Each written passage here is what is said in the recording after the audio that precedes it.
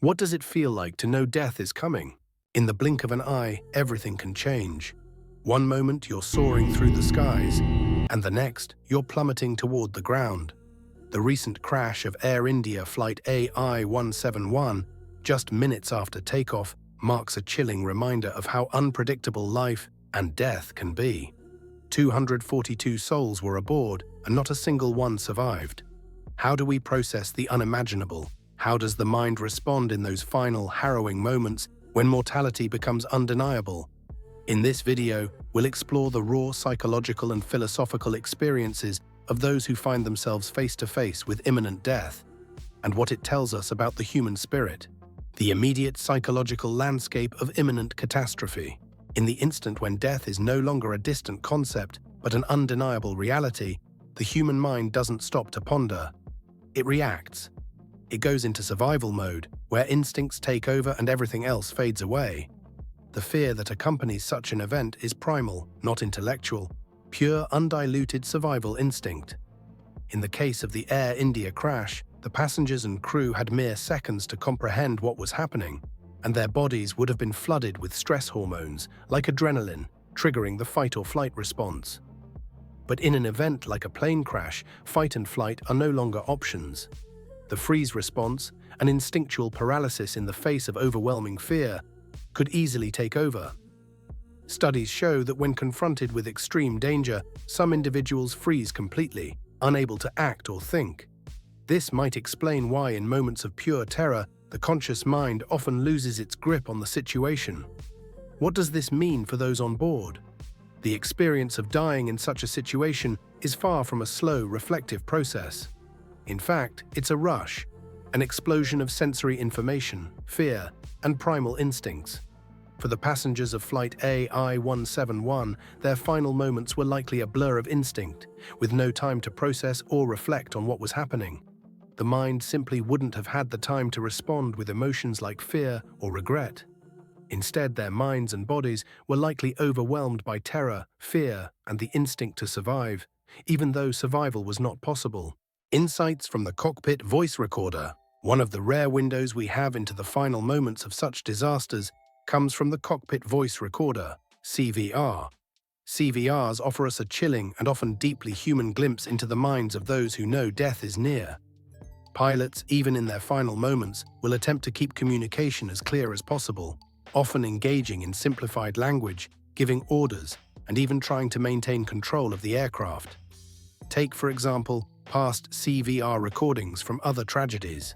In the case of United Airlines Flight 232, the pilots, though fully aware they were about to die, still focused on minimizing the harm to others, even expressing concern for the safety of people on the ground. They instructed the crew to keep the landing gear up to avoid crashing into residential areas. This moment of altruism in the face of death speaks volumes about the complexity of human nature. Even when personal survival is no longer possible, the will to protect others, to maintain control, and to act with a sense of responsibility doesn't disappear. These instincts don't vanish when faced with a catastrophic event. They may become even more pronounced. The CVR from Flight AI171, if released, would likely show similar moments. In those final seconds, the crew might have been grappling with a reality beyond their control. Their words, short, sharp, and to the point, would have been about maintaining a semblance of order in a situation spiraling out of control. This brings us to an intriguing psychological theory, terror management theory. This theory suggests that when we confront the imminent reality of our own death, our brains instinctively attempt to suppress or distract ourselves from this knowledge, often by focusing on immediate, survival-driven actions. This suppression allows us to cope with the overwhelming terror and take necessary actions. Actions that, in the case of a crash, may be our final conscious decisions. Psychological theories and the dying process. When we think about how humans process dying, Elizabeth Kubler-Ross's 5 stages of grief are the first thing that comes to mind. Denial, anger, bargaining, depression, and acceptance. But in the case of sudden violent deaths like the Air India crash, these stages may not even have the chance to manifest.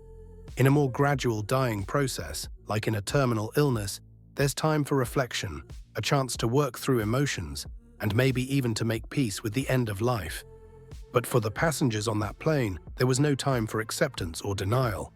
There was no time for bargaining or depression. Instead, the experience was an explosion of raw instinct. This is where Kubler-Ross's model breaks down. In situations like the crash, the stages aren't linear or even present at all.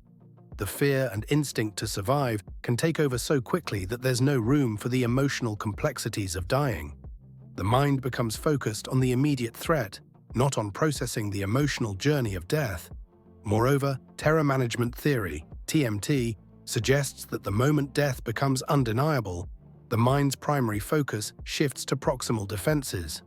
These defenses include distraction or suppression of death-related thoughts, which might explain why the cockpit communication would focus on simple, survival-oriented tasks in those final moments. Rather than engaging in a deep emotional review of life or grappling with the meaning of death, the mind rushes to suppress and manage terror, existential and philosophical perspectives on mortality. Now, let's shift from the psychology of death to the philosophy of it.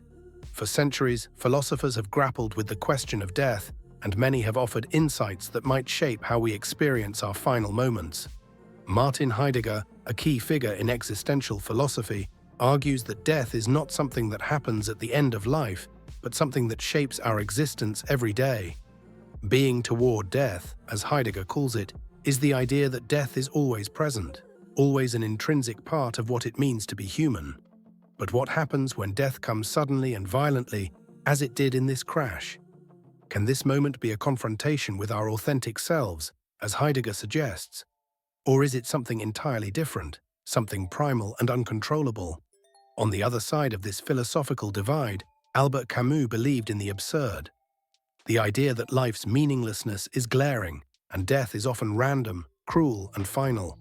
In the face of such an absurd end, Camus advocated rebellion against meaninglessness, a defiant affirmation of life. But in a plane crash where survival is impossible, does rebellion still happen? Can we truly defy death in a moment when we have no agency? Or does it collapse into resignation, into the absurdity of it all? And then there's Stoicism, with its focus on accepting death as a natural part of life. Stoics like Seneca and Marcus Aurelius advocated preparing for death throughout life, cultivating tranquility and accepting our mortality. But in the chaos of a crash, where everything is happening in a flash, can even the most practiced Stoic find peace?